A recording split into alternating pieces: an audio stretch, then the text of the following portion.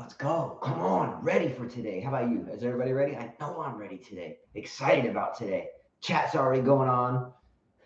William Spencer, by the way, he's the first person I see. No, Jack 2022 is, but William Spencer, isn't William Spencer number one on the fantasy team? Isn't he in like sole first place?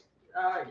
I think so. Do we have that update or we do it last time? Well, not the update. No one's given me the update after the fourth round. Yeah, William Spencer, you're in first place on the I'm fantasy still team. waiting for the fourth round. That's not done yet. All right, so you ready, Carla? You ready to lock in? Yeah. All right, let's go. All right, hello and welcome back to another 5K tennis discussion. Today is Monday, Memorial Day in the United States, May the 30th, 2022. We missed you guys the past couple of days. We took a day and went to a fish concert. If you don't know who that is, we did a video of our trip. We had a really good time. So if you're interested in how that went down, which I really got down, it was a really good time. Carla went to her first major concert, and this one was a fish show, PHISH. So did you enjoy it? Did you feel pretty loose throughout? Yeah, I mean, I had fun because I got to hang out with you. I respect their music, like I told you. You asked me. I didn't dance. I didn't jump. I didn't do any of that. I just watched and observed. And I appreciate the fact that they're musicians, and that's very hard to do. And, you know, you got to give them credit. All that energy being used out there at their age, or anybody. I can see why rock stars die young. Well, they're alive and well. No, I'm just saying, there's a lot of energy going into concerts. I mean, I laughed at everybody that was dancing. You know how we can metaphor this? Trying to dance, you know, it's you see the It's Spanish. not the, it's you not, see the Spanish concert, they're like, you watch. It's not that they're That was dancing. the dance. It's not that they're dancing. They're just That was kind their of, dance. it's not a dance. They're just kind of ebbing and flowing with the okay. energy. It's more of an Okay. ebb and flow Gotcha. instead of a dance. But you know how you can metaphor your experience yesterday or last night to tennis? What? If you're a student, right? We teach students all the time. New students come, and the first time that they meet us, they're a little tight. They're a little reserved. At least the most of them, not all of them. But you know, they're a little tight. They don't swing freely. They're worried about what they say, and they're having to call us sir or ma'am or something, right? And they're tight. So for you yesterday at your first fish show, you were a little tight, didn't know how to soak it in. You were just looking and you were like a sponge absorbing energy, and you were a little tight. But the next one, and I think we're going to go to one in Colorado. Our oldest son, Jonathan, is there, and Christopher is going to be there leading in 23 days, the second one at the Air Force Academy, and Fish is playing there on the same dates in which there's Parents Week, which we have yet to go to. So I think we're going to see them again in Colorado in September. Yeah. Okay, sounds good? Yeah, let's just say, we drank. Yeah, we had a good time. And drank. And drank and drank. And today I don't want to drink. That's okay. All fruity drinks, though. There were no hard liquor. It was all fruity. Yeah. Fruity drinks. That's it. Yeah, Carla had this bright idea of opening it. No, don't say my bright Oh idea. yeah, I can't say it. I can't say it. You might take our idea. Yeah. It's a great idea though. Yeah. All right, a shout out to Carla. I always start before we get into Nadal and Djokovic. I always start every show with a shout out. I don't know if you have any, but I got a shout out to you. Okay. Because you weathered. We got up at like 5:30 and we went on a ferry across the Mobile Bay. We went to Gulf Shores. We ate breakfast. We went the breakfast was spectacular. Rocking. It made me want to stay in that condo. Even though I don't like the beach. Man. I'm not a beach person. I would rather have stayed in that the Wharf condo though if there was some type of multi-day show there because everything was there. It was really cool. All right. Anyway, shout out to you, Carla, for putting up with me through my 95th, 96th show. Physically, I've been to 100 and plus, but I usually went in the lots and didn't go in all of them. But it's over 90 that was on the floor. So anyway, shout out to you for putting up with me for that, and I hope we get a chance to go to Colorado in September to see them again. All right, starting out today's show real quickly, we're going to recap the round of 16 matches, or excuse me, the matches that we missed. So we missed a couple of matches, and I'm just going to read the results. We all know them, but we missed Djokovic beating Schwartzman. We missed talking about Nadal and Felix Auger. You didn't miss anything on the Schwartzman. We missed talking about Zverev and Zapata Morales. Didn't miss much. We missed talking about Alcaraz and Khachanov. Didn't miss much of it. That was pretty sweet. Yeah, on the women's side, we missed talking about who was it? Trevisan beat Sasnovich. Yeah, Trevisan and Sasnovich, Anisimova and Fernandez, Coco Gauff beating Mertens, and Sloane Stevens beating Teichmann. Anyway, we're going to jump right forward. We know the results, so we won't beat a dead horse with that. But let's start right in with this. Rafael Nadal, Novak Djokovic meet for the 59th time at the French Open, and this point in time in the quarterfinals. We know that Djokovic head-to-head leads Novak Djokovic by 2. Or excuse me, the other way around. Novak Djokovic leads Rafael Nadal by 2. Okay. The last time that they played on clay was at the semifinals of last year's, or excuse me, the year before's French Open, in which Djokovic won, if I remember correctly, in 4 sets. So I think Djokovic had lost the first set and came back and won the next 3. And I think what was the 4th set, something like 6-2 or something. And I think Djokovic has won the last 2 out of 3 of the last meetings between the two. Thoughts, Carla, on, first of all, before we get too much deeper into it, It was the 10th meeting of Roland Garros. Thoughts on who wins this match and why? Well, I didn't think Felix was going to take Nadal to 5 to begin with. We were over there at the wharf, and my mind was in tennis, so we stopped at a few stores that had that one store had the tennis stakes we were watching, and I was shocked that they were at the 4th set, and Rafa about to lose the 4th set. I was shocked, right? Or was it Rafa won the 4th set? I don't recall. Okay, but it was I know where we were. We were in that. No, he had to win the 4th set. Yes, he had to win the 4th set. And then we sat down at the bar, had some pina colada daiquiris, and I asked the guy, "Can you switch it? Because I want to see the." That's tennis. Right. She did that. And I sat there and finished watching it.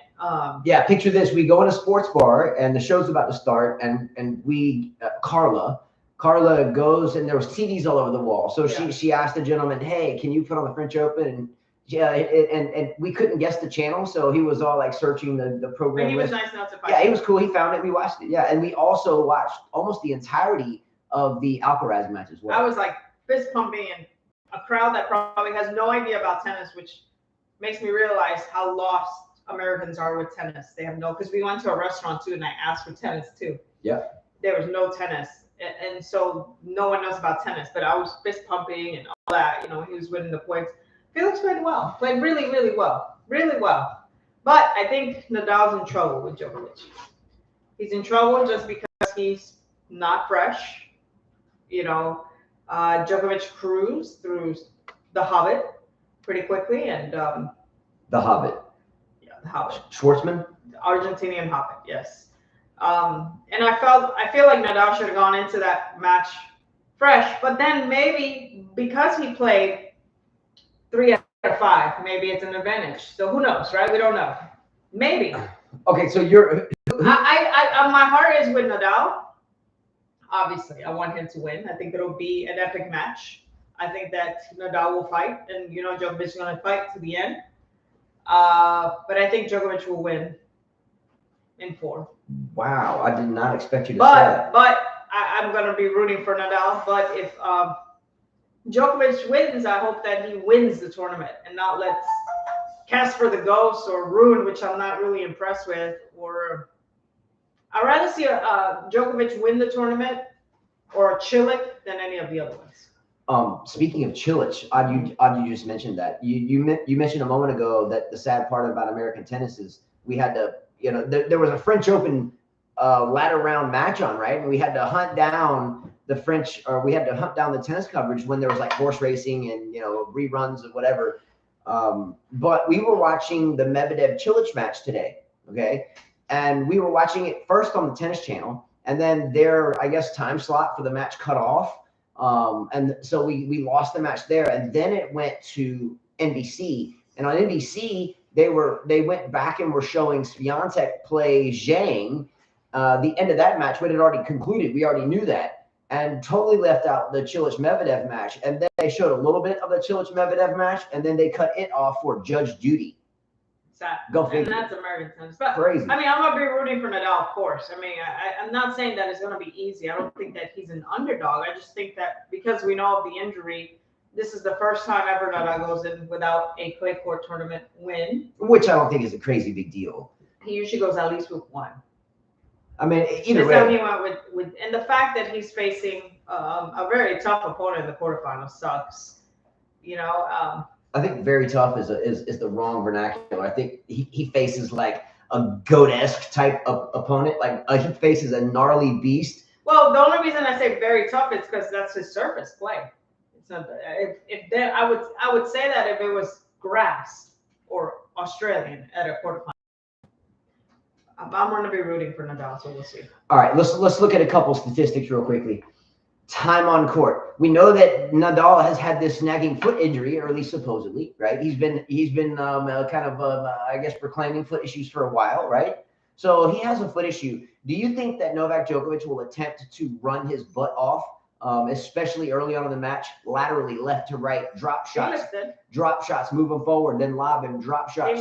He was smart to do that. Let's look at time on court. You mentioned time on court. Novak Djokovic, as of now, has spent 8 hours and 13 minutes on court. Okay, Rafael Nadal has spent a total of 10 hours and 43 10 hours and 43 minutes on court. The last match that Djokovic played was 2 hours and 15 minutes, and the last match that Rafael Nadal played was 4 hours and 21 minutes. Djokovic has only played 103 games. Rafael Nadal has played 121 games. Okay. Djokovic has played 12 sets. Rafael Nadal has played 14. Djokovic has played 395 points, and Rafael Nadal has played 423. Djokovic has hit 179 winners to Rafael Nadal's 164. Djokovic has an average winners percentage of 44.8 against Nadal's 41, and the ratio of winners to basic ground strokes is 45% to Rafael Nadal's 39%.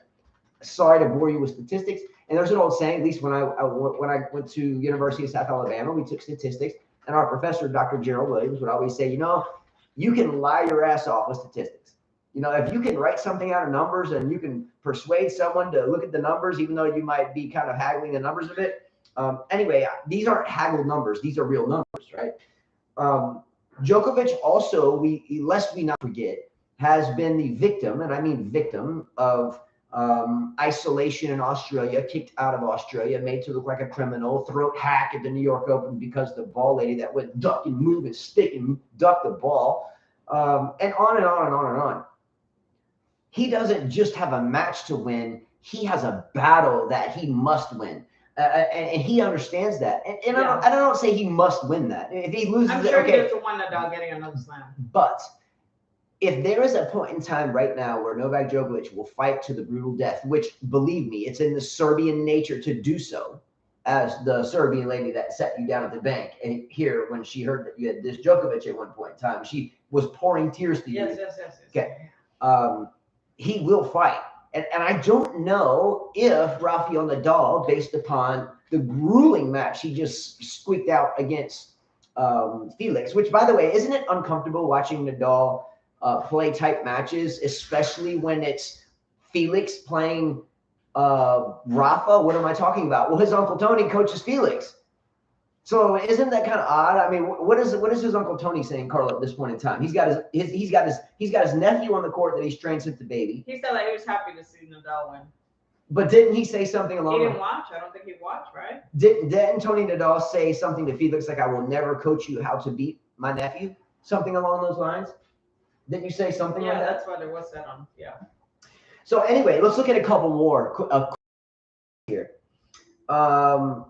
Novak Djokovic has served 31 aces to Rafael Nadal's 7. Now, why is the ace count a big deal? Because he struck one ball and the point was over, right? So Nadal played 24 more grueling points than Djokovic did, simply because he's got a higher ace percentage. The average ace percentage is 7.8% versus Rafael Nadal's 1.8. Djokovic has only double faulted twice. Rafael Nadal has double faulted 7 times. First serve percentage, winning points on first serve percentage is 179 to 231 for Djokovic, and 164 for 224 for Nadal.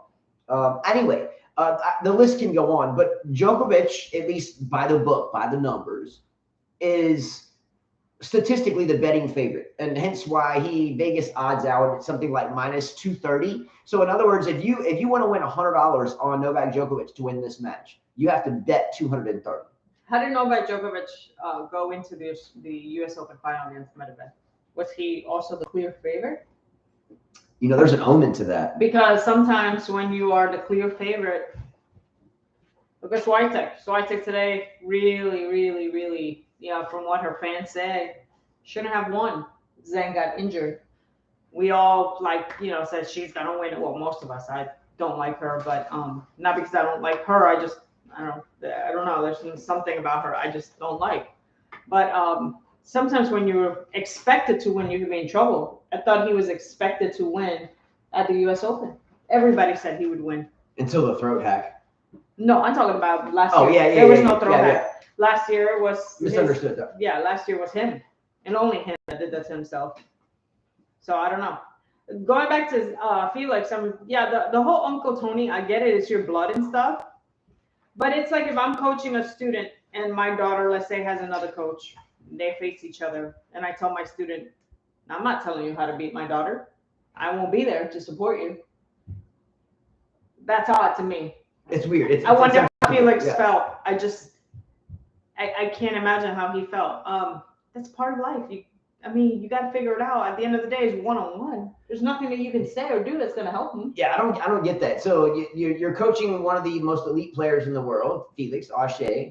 But when it comes to trying to figure out how to beat Rafael Nadal because it's his nephew, he doesn't. I get where he's coming from. He's kind of staying loyal, but. He shouldn't have said anything. Yeah, I would have just stayed. I would have just shut up and not said anything. But to be vocal about that is kind of like, I would have just why am I paying you? I would have just said work some strategy and not tell him how to beat him. But I just would have kept my mouth shut. I wouldn't have told him anything. Even though karma's a bitch, right? You do things that are underneath the radar, and maybe at least he doesn't have to worry about bad karma, right? Because he told him. So maybe applaud Tony Nadal for that. What do you think? Is karma real? Yes, it's real. So maybe he did the right thing by just telling him. Do you agree? I don't know. Why is he your coach? Yeah, exactly. I mean, it's either he told him. Yeah, thank you. You just shut me up right there because you summed it up perfectly. I mean, again, it's like I've had students that play my daughter before. Okay. And it's happened before to us. Many times. And we're like on both sides. Both sides. We cheer both sides. Of course, I want my daughter to win, but I'm cheer for both of them because I don't want my student to feel bad that they're playing my daughter and that I'm going against them. Yeah, I mean, we deal with it too. Yes, I get it, but it's not for millions of dollars. No, but still, I'm just saying. Okay, Carla. Question for all of you, and we'll take some comments here in just a moment. Carla, if you are on Rafael Nadal's team right now. You're in his corner. You're rubbing him down in between rounds. What are you telling Rafa right now as your game plan? How are you going to play Djokovic? And then I'll tell you my game plan that I would tell. What is your game plan for Nadal? First, don't get broken. And I'll tell you my game plan. Don't get broken. His serve, we all know Nadal's serve is weak. I would say keep the double faults to a minimum. Don't worry about acing. I wouldn't worry about acing. Keep Djokovic deep. Try to end the points. Don't go for long rallies. I think if Nadal goes over 10 balls, he's going to be in trouble. I think Djokovic will win those points. I would try to shorten up the points, be a little bit more aggressive, hit those deep shots, pushing him back, and try to come in and try to cut the ball off. Make him run instead of letting him make you run. But the serve is going to be important, especially the first serve. First serve percentage is going to have to be high. He's going to have to play the net. He's going to have to hit the ball deep, and he's going to have to end the points a lot quicker. Well said. Just saying. I mean, that's once you go past a certain amount of rallies with Djokovic, you are in trouble. If you're missing your first serve because he is the best returner, you are in trouble, right? If he's dictating, you are in trouble. So he's going to have to be a little bit aggressive. Forget about hitting the back to cross court down because he's the better mover. Djokovic is the better mover. No doubt. So we don't have time to do all of that. You're going to have to cut the ball. That's it. So he has no chance. You have to give the ground strokes to Djokovic. You have to give the serve to Djokovic. You have to give the movement. And you got to give this. And the mental. Besides all of that as well, the physical statistics are in Djokovic's favor. Less time on court, less games played, less points lost, and so forth. If I'm in Team Djokovic, I would go into playing Nadal this one match just like I played Medvedev when I laughed about beating him in the final of Wimbledon, right? I'm gonna slice the ball. I'm gonna drop the ball. I'm gonna make Rafael Nadal charge the net, get there, and I'm gonna lob him. I'm gonna shoot him back. I'm gonna drop shot him to say the ad court, move him up to the net on the ad court side, and flip it over his head towards the deuce court. I'm gonna move him north to south, and then to the corner, and then back again. And I don't care necessarily if I lose the first set in a way. If his foot, speaking of Nadal, if Nadal's foot is genuinely uncomfortable, then we're going to exploit that early, right? I don't need to study film in this sense because I've played him 59 times, or 58 rather. This is the 59th time. And by the way, the head-to-head on that is, and I wrote this earlier, I looked it up, the head-to-head is Djokovic leads 30 wins to 28 losses. So he edges out Nadal there. And how is it on clay? The last meeting, I wrote this too. Thank you, same way. I'm just thinking clay. The last meeting, Novak Djokovic won on clay, which was the Roland Garros semifinals in 2020. And just like I just said, I wouldn't be too worried if I lost the first set. Why? Because in that match, Djokovic did lose the first set 3-6. Djokovic came back and won the second set 6-3, then the third set 7-6 in a breaker, and then 6-2 in the fourth. Okay. You can't say there's a similar setup here. You can't say poor Rafa and old and tired, Michael. The guy's won 13 slams. We definitely should not feel sad about them losing because gosh, they have so much, right? Yeah. I'm just not ready for somebody else to take it yet. Yeah. I just don't want to see somebody that. I mean, I watched Rune and Tsitsipas. I mean, Tsitsipas was barely squeaking through today.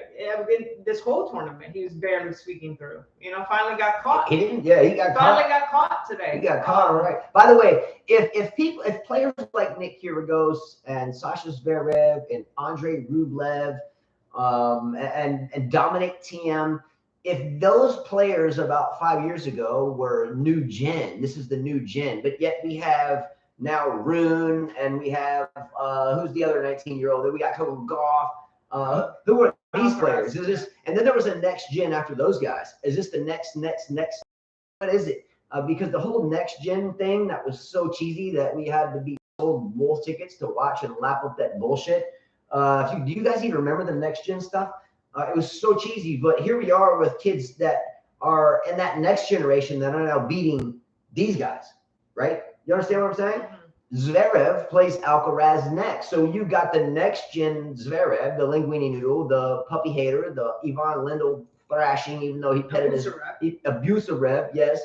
I think someone coined that term. Who was that? I forgot. Someone coined that term, abusive rev. I thought that was hilarious. But Zverev plays Alcaraz next. Don't mean to change topics. We're going to go right back to Nadal Djokovic. But thinking of it at this point, in case you forget, who do you think wins the Alcaraz Zverev match?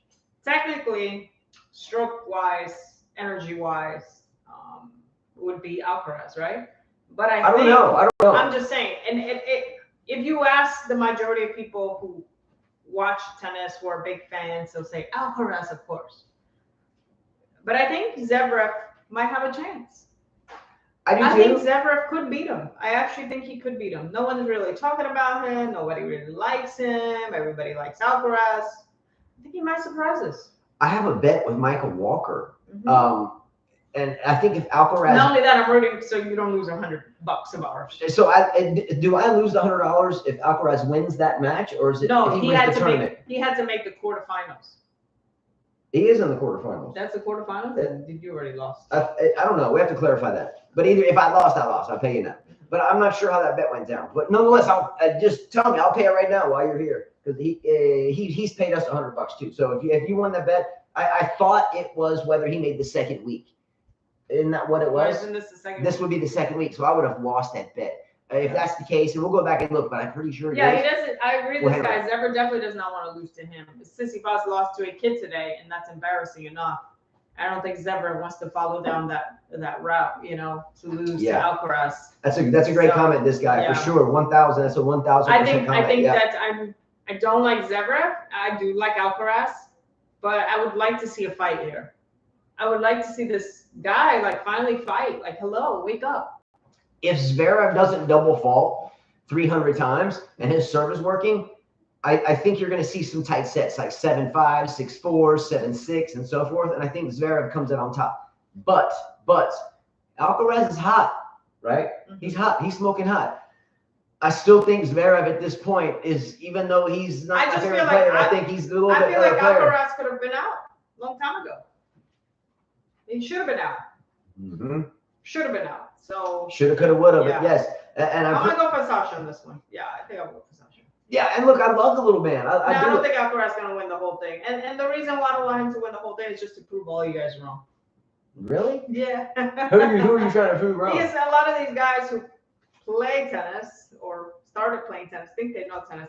And I don't feel like watching Alcaraz almost go down to a veteran 5 sets. I don't feel like someone like that should win the French Open.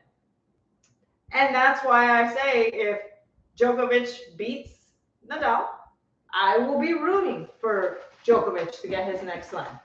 I will be rooting for him, or I will be rooting for Chile. Not so much puppy hater. Who's the other one? I don't like Rublev, so I don't care. All right. So for 4 years, if you have kind of, I guess, been chilling with us in a way, and thank you for being here. I've always talked about the hideousness of anytime there is like an advertisement for a tennis match or a new tennis shirt or gear or something. The tennis player isn't smiling like, hey, pose. They're like, it's like you can't. If you look at every YouTuber's thumbnails, right, and it shows like 2 people on it, there's no smile or dress or looking pretty. It's just like okay. Here's a picture of the caption I got from the U.S. Open site, and this is the Zverev Alcaraz picture. What are they doing, man? Okay, all right, you get what I'm saying? Who wants to see these dudes back of their throat? I think yes. I know that Alcaraz beat him bad the last time William Spencer, but again, it's not a Grand Slam. It's not 3 out of 5. Can I show you Holger? Can I show you Holger Rune's photograph today? What is he doing? Just stick a banana in his mouth. Yeah, stick a banana in there, and that's taking it lightly. Who is this? Is this what we are as tennis players? People that open their mouth, it looks like they're like. Anyway, go figure. Come up with your own metaphor. But what is this? That's what we see. Carla, you know what? I don't think I've ever done that. Yeah, I mean, we shake hands at the net. Carla, how are you? And I'm like, nice to meet you. I just won the. Why can't they just go like this? I just won the trophy cup. I mean, what is that? Is this? Shit. Looks like the banana stuck somewhere. Yeah, I agree. So he's probably talking about. Watch this. I'm gonna go. Oh. Yeah, I mean, what is it, man? What is this? I mean, it's like next time I see a tennis, if I see a tennis picture, I mean, look. Do you look? I never thought of that. Look, do you ever go to the grocery store and you're in the checkout line? You got all these magazines sitting in front of you, and you see models on the front with a smile and these beautiful tans, and you go up and get the tennis magazine, totally opposite. WTF, man? Yeah. The hell is that? I don't know, but I have fun with that because it's pretty funny. It's worse with the WTA. It's pretty hideous. With the WTA magazines, they should just like flip the page and you hear the girl go, and then the guys are like this. So the girls squeal like pigs. I'll be working too as the tennis. I'm gonna put it on the radio as I'm teaching. Oh yeah, we definitely shall do that. And I don't know what time match time is tomorrow. 1:45. And hopefully Cam Williams does that one. And Yeah, we'll but have I it on at the club. So shout out to Cam. Shout out to Cam for sure. Yes, I like Cam, but I think I'm gonna be watching on the French Open live thing. I want to hear the point. Because Martina Navratilova is commentating, so she does a really good job. Cam. I like Cam, but I want to hear like the shots and stuff. So yeah. Or actually, I could put it on my phone and then watch it on tennis. We can actually project it on the TV there. I can put the USB cord into it. Yeah. And then I can just project it on the TV and then put the TV on the loudspeakers. True, I could do that. Let's go. Wawrinka, thinking. Okay. By the way, head to head between Zverev and Alcaraz. Zverev holds the lead of 2-1. Amazon Prime. I got Amazon Prime. That's what it's on. We got that too. Streaming Djokovic and Nadal. Let's go. I'm gonna watch it.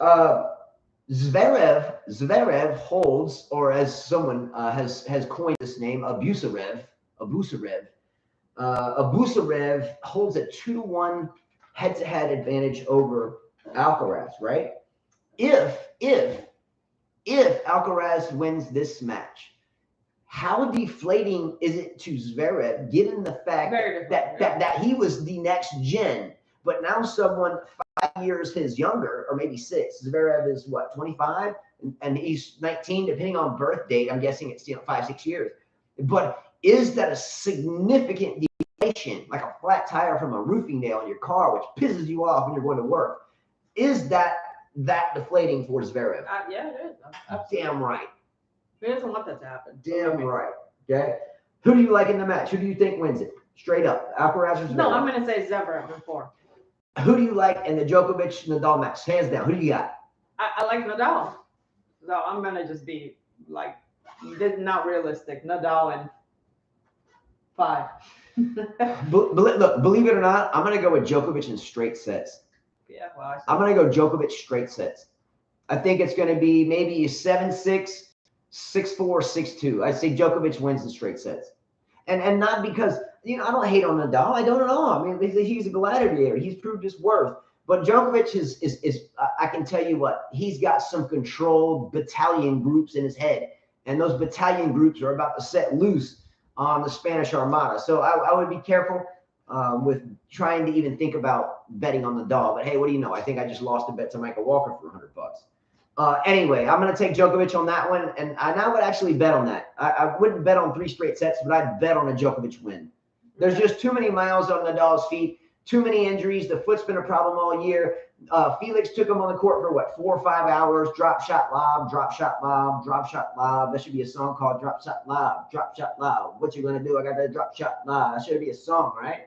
Anyway, I would do that. I would pull the drop shot lob on his ass all the time, all day, every day, until maybe I cost up the first set. But then I've got enough miles on my shoes where now I can start playing the GOAT return game, moving them side to side, then again, bring back the variety of drop shot lob, wiggle, wiggle, wiggle, wiggle, drop shot lob. That's how I play him. If his drop shots are good. Yeah. They were bad at the U.S. Open, so we'll see. Anyway, that's how I would handle that. Real quickly, touching on a really important match, in my opinion, and I know we talked about this one today, that the women's quarterfinal between Leylah Fernandez and Trevisan, the Italian player. Trevisan is a 28-year-old veteran. We know that Leylah Fernandez. She's gone far in this tournament before. Yeah. She's done well here before. I think we were discussing taking on our fantasy teams, but I think both of us did not end up doing that. And kudos to Leylah Fernandez for playing well against Anisimova. Anisimova was not having a good day. First set was bad. Second set a little better. But she was not playing to the way she usually plays. But kudos to Leylah Fernandez. She's got a pretty good game. Another classic example of why it was in the best interest of Leylah Fernandez's future to not have won that U.S. Open. Okay, that U.S. Open, that Raducanu, that U.S. Open was so close out of COVID. Everybody stir crazy. It hit everybody like this massive wave of sports is happening again. Raducanu wins it. She gets wrapped up in this thing. She doesn't stay humble. She starts going to all these things and, Met galas and blah, blah, blah, blah. And she got totally distracted. She fired her coach because she thought she was the best thing since sliced bread. And then she fired that coach. And I think, whatever. Leylah Fernandez, though, has stayed even Steven. She's been steady at the helm. She's just riding the boat and rough seas and doing her best to, keep the nose into the wind, right? Mm-hmm. She's chilling, working hard. She comes from a family of hard work and dedication and not necessarily a silver spoon. Where Fernandez's dad is from where? I think her dad is Peruvian, right? Is he Peru? Is he from Peru? Peruvian. Yeah. Her mom is, we know of Asian descendancy. Yeah. But her dad is Peruvian, I think. Look, we have seen numerous. I've never seen him do a personal interview, by the way, and that might show a little bit of humility. You've seen personal ones? Yeah, we saw her. Yeah, every time I see Leylah Fernandez's father, though, I can look in his eye. I can see it right here that he's worked hard. Yeah, he's definitely worked hard. And I'm not talking about worked hard like in his office. I'm talking about work hard with his hands. Yes, agree. He's worked hard. Ecuador, thank you. Let's go. Thank you for that. Who said that? Ecuador, yeah. Drip tennis, thank you. But yes, you can tell her dad, her father, respectively, comes from hard work, and believe me, it's in my utmost opinion that the best thing that ever happened to Leylah Fernandez was having not won that U.S. Open. Sandra said Carlos has a pattern. I would like to see someone break that pattern. Me too. Who said that? Sandra. Sandra, yeah, I agree with you. I like Alcaraz. I really do. We did a show when he first came out of juniors. We did a show on him 2 or 3 years ago. Look in the history. Go to our channel and search keywords for titles and put Carlos Alcaraz, and you'll see we did a show like 3 years ago talking about him. No, I like him too. So we like him. We really, really, really, really do. But he's hot right now, kind of like when Karatsev got hot, except he's been hot for a little bit longer now. You know, sometimes people get figured out. And I don't think right now anybody's figured him out. And he hits the ball with so much pace and moves so well, it's kind of hard to figure him out and do anything about it because he strikes the ball so well. But if someone can come in there and serve big and maybe come in behind it and serve and volley 30% of the time and then mix it up with some variety to keep them guessing, and Zverev could be that guy. But if Zverev doesn't double fault 935 times, then you can't work that strategy. But if Zverev can come in and serve, and he can come in behind it, do some serving and volleying a little bit. I know it's on clay, maybe not the best idea for most, but Alcaraz is hot. And the only thing he hasn't seen yet is an aggressive serve, taking him out wide, leaving the court open for the +1 volley on the serve and volley, or the swing volley out of the air, or just an open court behind him or whatever.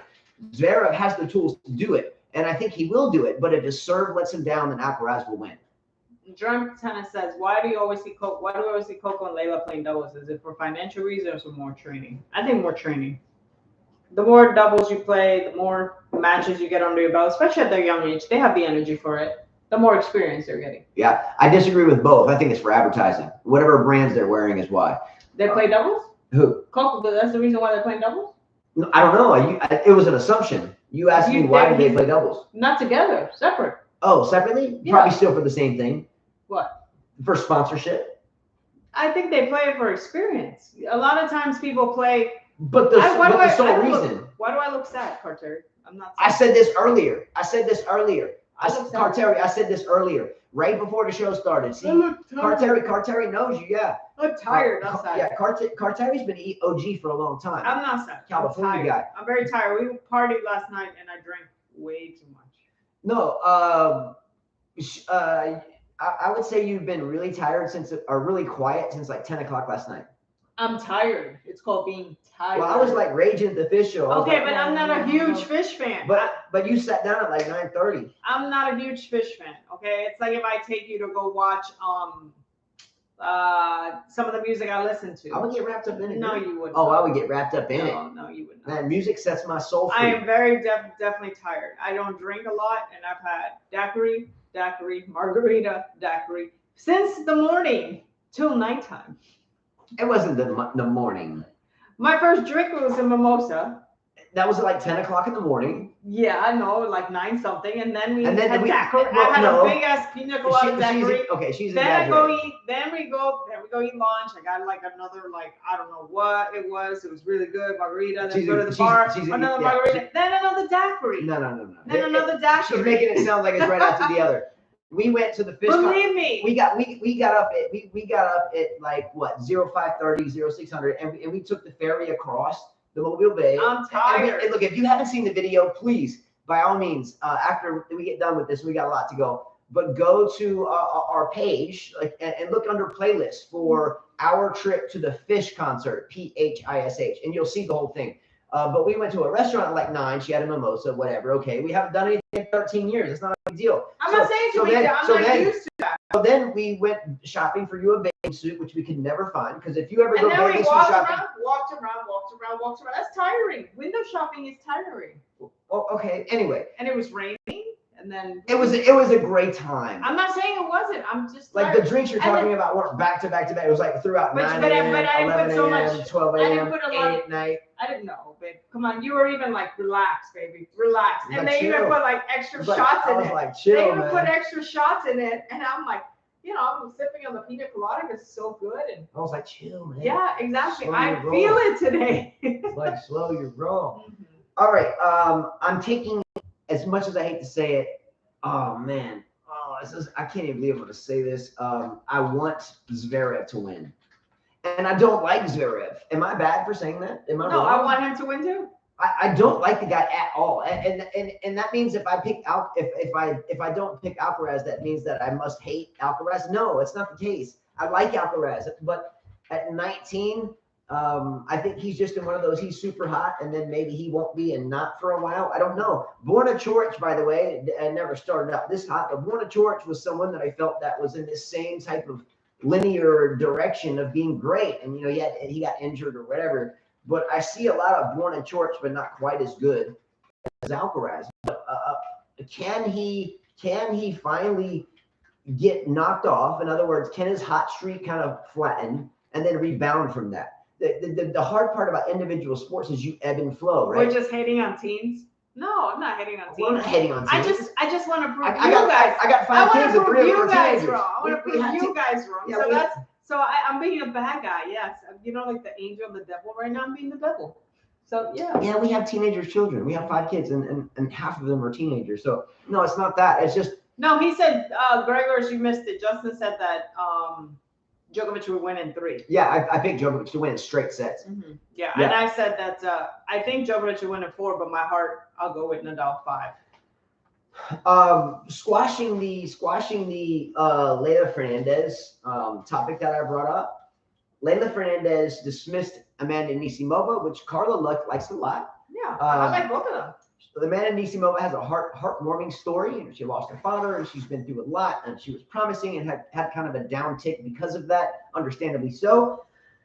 But Leylah Fernandez faces Trevisan in the quarterfinals. I think she'll do well. I think that she could get through that. Big opportunity for this young lady. Big opportunity. Yeah. That match right there. Yes, I'm saying it. The Trevisan Fernandez match could be one of the epic matches of the tournament. I don't think it'll be an epic match. I think it's going to be an epic match. I think it's a big opportunity for Fernandez. Now, flip to the bottom of the same section of the draw. We're talking the lower half of the women's draw. Coco Gauff is going to meet Sloane Stephens, my dream girl. Well, you're my dream girl. She's like my number 2. I hate that the 2 Americans are playing against each other. I hate that it ended up that way. That 2 African American ladies are playing against each other. On top of that, I really hate that. And don't forget this: that there's 2 Russians playing together. So, I hate so that. Not only do we have 2 U.S. players facing off, 2 African American U.S. players, and then on the other side of the draw, we have Kudermetova. She's Russian? Kudermetova? Isn't Kudermetova Russian? I thought she was Czech. I think Kudermetova is Russian. Right here. There's Kudermetova. I thought she was Russian. Do I got that wrong? Yeah, she has no flag. I thought so. I didn't even look it up. I just thought because Oba, not that they all are, but anyway, so you got 2 Russians squaring off against one another. They don't even have the ability to represent where they came from because of political bullshit. I don't want to get into that again. We talked about that ad nauseum for a long time. You want to see a woman of color win, Stephanie? Me too. I can see that. It's a good comment, Stephanie. So do I. So either Goff or Stevens or Leylah Fernandez. Let's go. One of them. Let's go. I'm in. Love to see that. If that happens, it's a win-win. Look, Coco Gauff, wonderful young lady, great player, family girl, doesn't sell herself out. Is active in getting back to the fans. Like, why do I like Fish as a band so much? Because they pay themselves a salary that's not extravagant. Believe me, I know. I lived in the same state as them for 7 years, not very far. They give themselves a salary that will afford them to raise their family, put them in college, have a house and whatever. But everything else they put back into the shows, lights and nice venues and so forth, right? Mm-hmm. Most bands will go play at like the Superdome, no disrespect to Louisiana and New Orleans, just to pack as many people out there as possible, even though the conditions are shitty. Fish, on the other hand, is willing to sell a lot less tickets for maybe a little bit more so we can go to nice places and beautiful areas so we can chill. Anyway, Coco Gauff, though, is one of those players that gives everything back to the people. Post-match press conferences, no problem for her. You give her a microphone, she's talking to you. What's up? You give her an autograph pad, she's signing it, right? Sloane Stephens, another graceful young lady. I know, Carly, you gave her some grief because she stopped her tennis career kind of and got married to, I think, a hockey player. Didn't she marry a soccer player? Soccer player. And good for her. And we felt like that was a tough time for her to do that because tennis is a 24/7, 365 job. And we felt like, I think you especially, because you played women's, I think you felt like especially that if Sloane Stephens took time off, then that would basically inevitably spell the end of her career. In other words, it would be a downswing. Not the end of the career, but a downswing, right? She would just still wouldn't do that well anymore. And she didn't. She did not. But here she is again. What do you attribute that to? What is Sloane Stephens doing now differently? She looks stronger. Is she drinking chocolate milk still? No, she looks stronger. She probably jotted that down chocolate milk. You noticed last year she was too thin? You know, like when you go on Instagram and you want to be that thin. There's like different, you know, girl types. There's the pretty girls that are slim and they don't do any like Georgie. Don't do any type of no. Georgie is muscular. Georgie is muscle. She's all muscle. I'm talking about the girls. You know, like yesterday when we were walking around, there's a lot of young girls skinny. Like you could tell they don't work out. They're just skinny. They probably don't eat. I'm serious. They probably don't eat to stay skinny. And then you have the woman that works out, that does exercise, that does not scare to have muscles in her body. They look like an athlete, and that's what I see from Stephens now. Yeah, I'm super proud of both of these young ladies to be here. If you had to choose a winner there, who are you taking? Do you know what the odds are on this match, by the way? I like Stephens, but this would change Coco Gauff's career. So I'm gonna root for Coco Gauff because it would change her career. She needs a slam. She's been on the tour for a little while. She's still very young, but I feel like she needs this. I've got some stats. I forgot I typed this on my notepad. Coco Gauff is ranked currently 23 in the world. Sloane Stephens 64. Okay. Sloane Stephens high in the world is 3. Coco Gauff is 15. Coco Gauff is 18 years of age and Sloane Stephens is 29, both from the U.S. Coco Gauff has spent 5 hours and 34 minutes on the court in this tournament. And Sloane Stephens has spent 7 hours and 5 minutes on court. Head to head, talking about physical body movements or usage throughout the tournament, Coco Gauff has spent 5 hours and 34 minutes on court. Sloane Stephens has spent 7 hours and 5 minutes on court. The last match Coco Gauff played was 1 hour and 23 minutes, and the last match Sloane Stephens played was actually in her favor. One of the only things on the list that's in her favor was 1 hour and 3 minutes.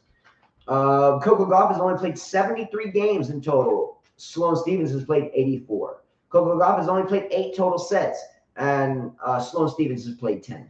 So we have age too. That's a factor. We have the younger Gauff. We have the older Stephens. Now that works both ways because the more mature player generally, is used to, been there, done that. You got the more aggressive player to the counterpuncher. She's the counterpuncher. Sloane Stephens the counterpuncher. Okay. So.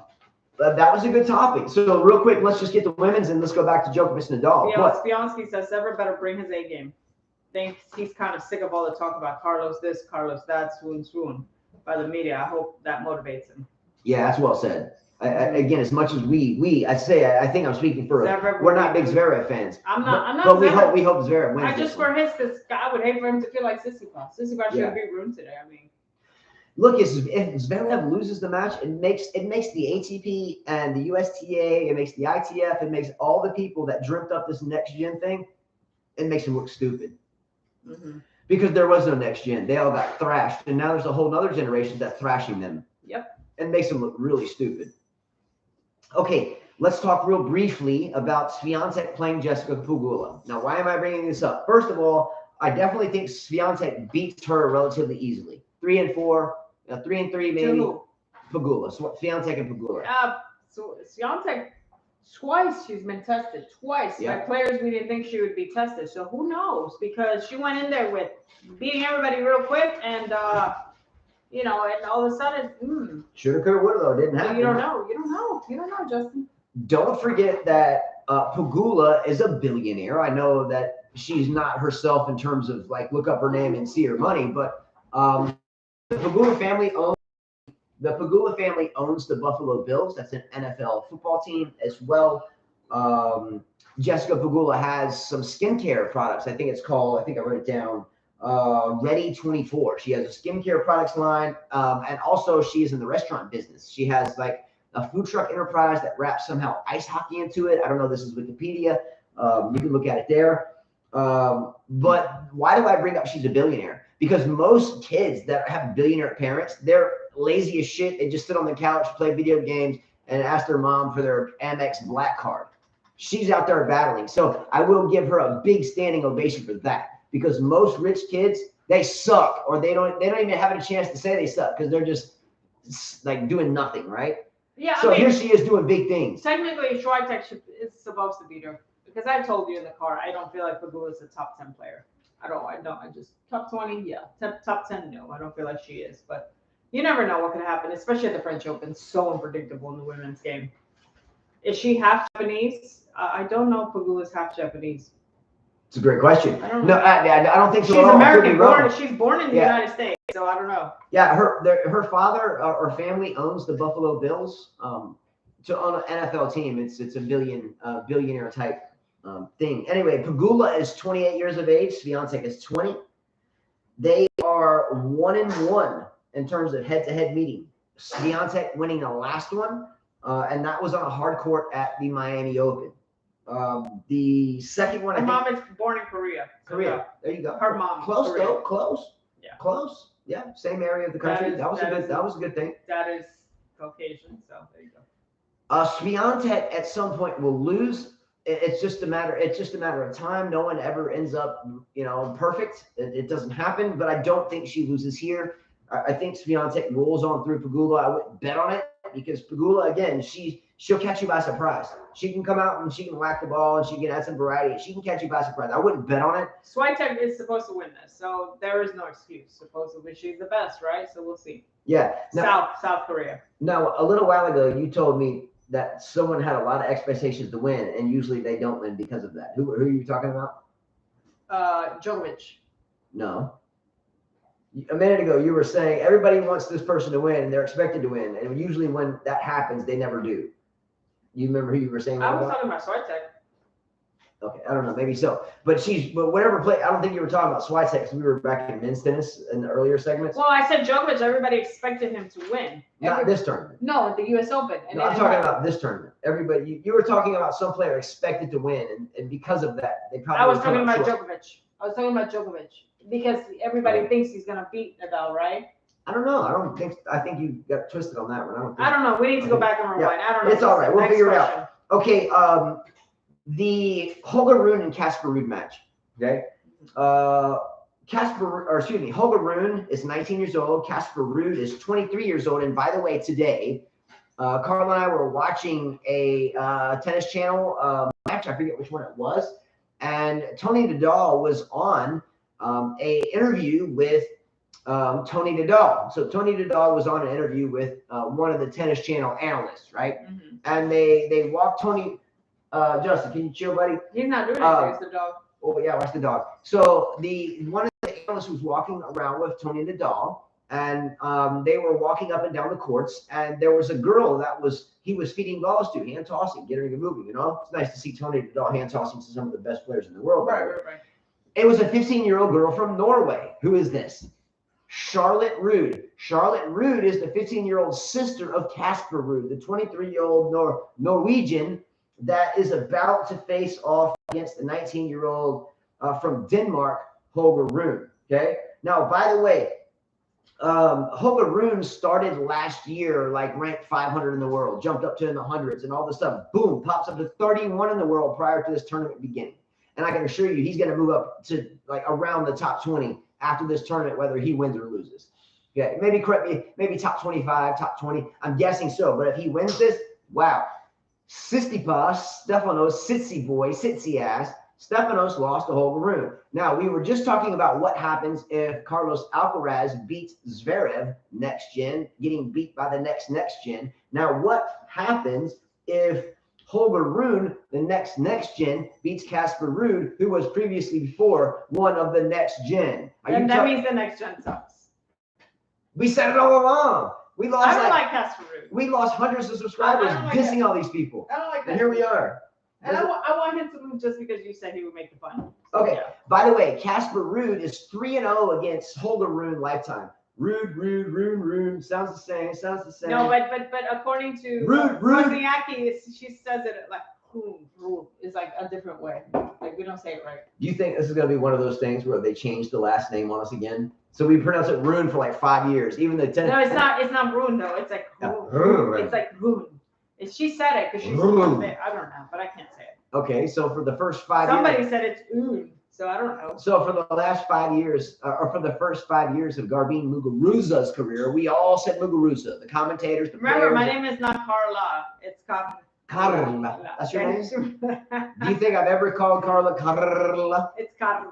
Carla, You're gonna call me? come here. You're gonna say. You have to say Carla, okay? Does she call me Justino? Yeah, his name is Justino. I'm Justino. Yeah. My name's Justin, man. Justino. You know who used to call me Justino though? Rolando Vargas. Rolando Vargas, former top Mexican player. We coached together for a while, and he is now the coach of the Troy State University tennis team in Troy. Fine coach, fine young man. But yes, he used to call me Justino, but otherwise I've never been called Justino before. Okay, so who do you got? You got Swiatek beating Pegula, I'm guessing. Mm-hmm. Okay, Russian on Russian. We have Kudermetova playing Kasatkina. Now, I'm gonna go with Kasatkina. Me too. Kasatkina, we started this show 4 years ago. 4 years, all family here for sure. We plotted along. We're here. Who is the person I always compared Carla's game to? Who? Carla. Carla. Who is it? Who is the person I always compared Carla's game to? Kasatkina. Kasatkina, yeah. Okay. They play they hit the ball strong. They don't come in a lot, and they're good at kind of coming in and cutting off the ball. They're good at taking the line. So we're all playing cross court to get a little extra time, and they're playing up the lines to take away your time. Kasatkina plays very much like Carla. I mean that. Anyway, with all that said, Kasatkina has won the only matchup between the two of them, and that was a 3-setter in St. Petersburg.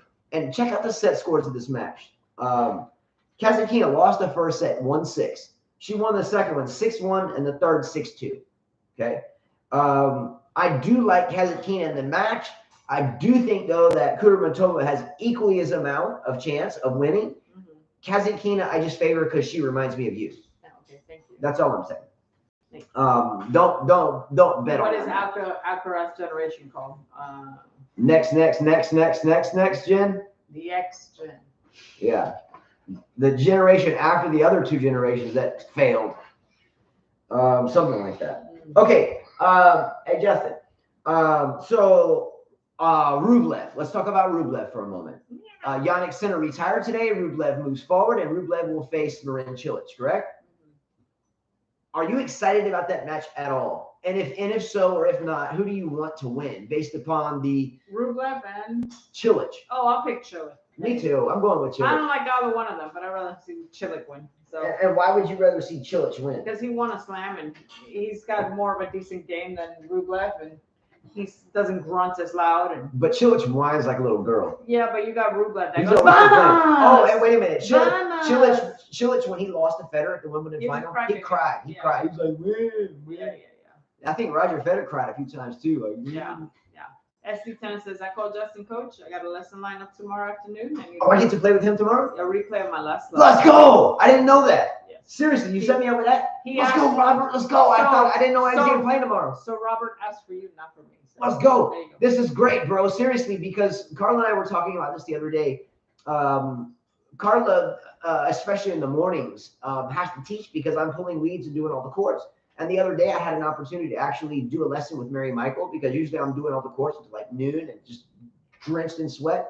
And the other day we got there earlier than normal. Like we got there at like 6:30 in the morning, left here at dark instead of getting there at like 8 and only have an hour. And we ended up getting all the courts done.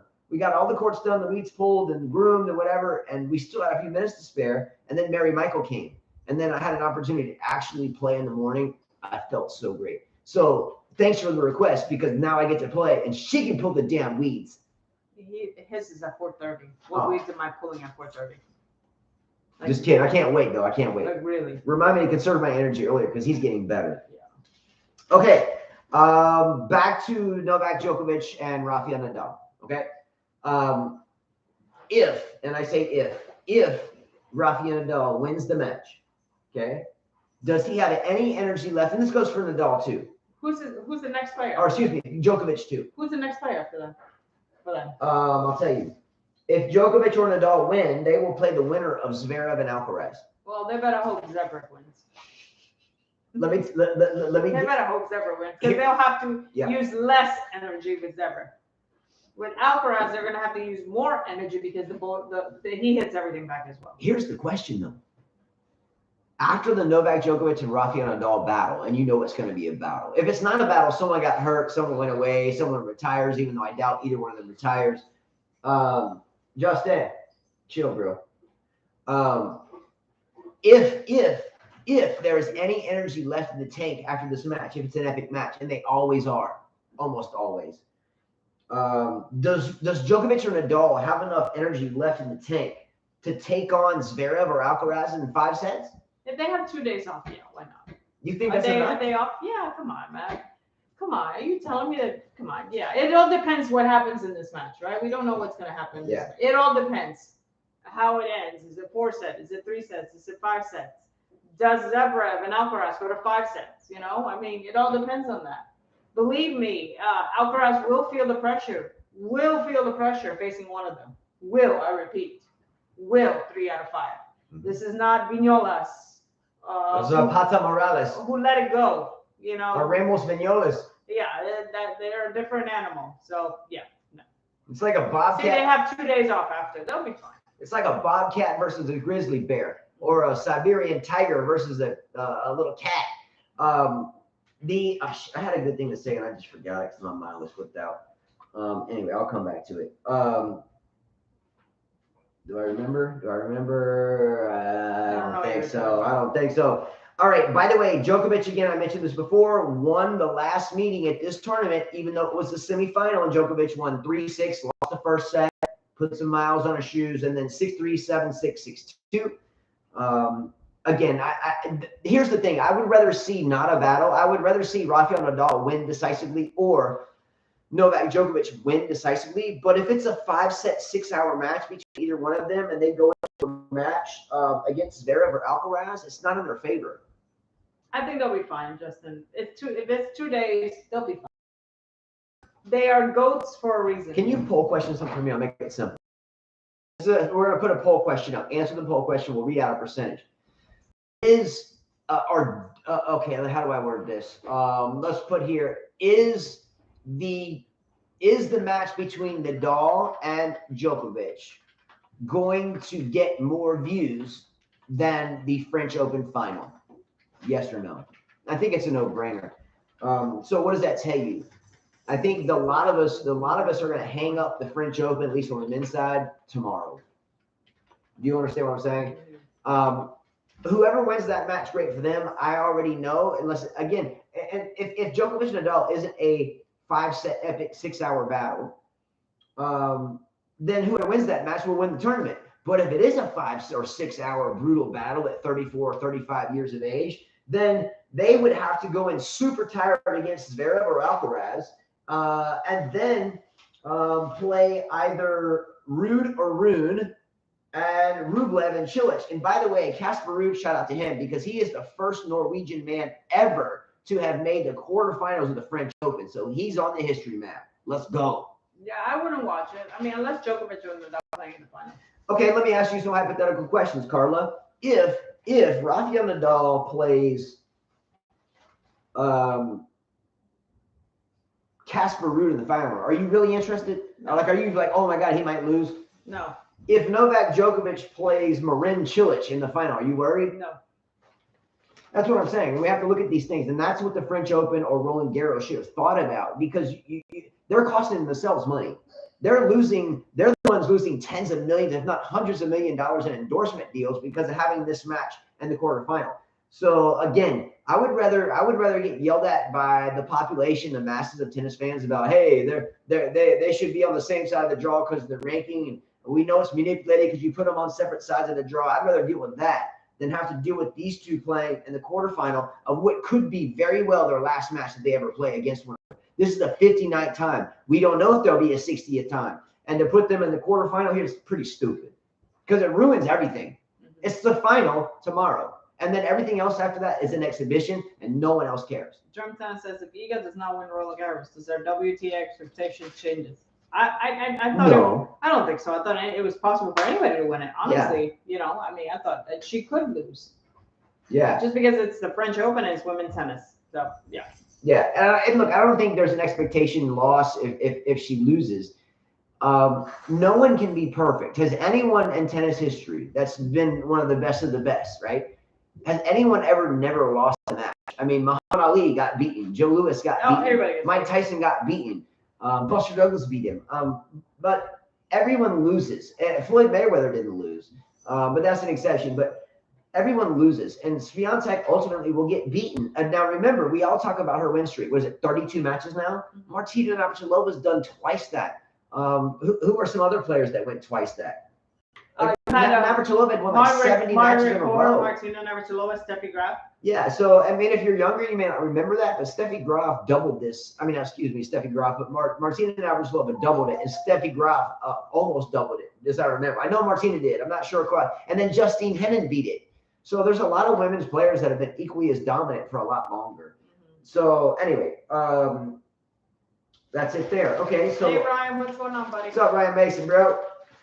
We talked about. Okay, this is another question I have, and I think this is getting to the end for me. All right, cool. This year's French Open, or Roland Garros, Daniil Medvedev made the round of 16. Good for him. I didn't even expect him to make round 1.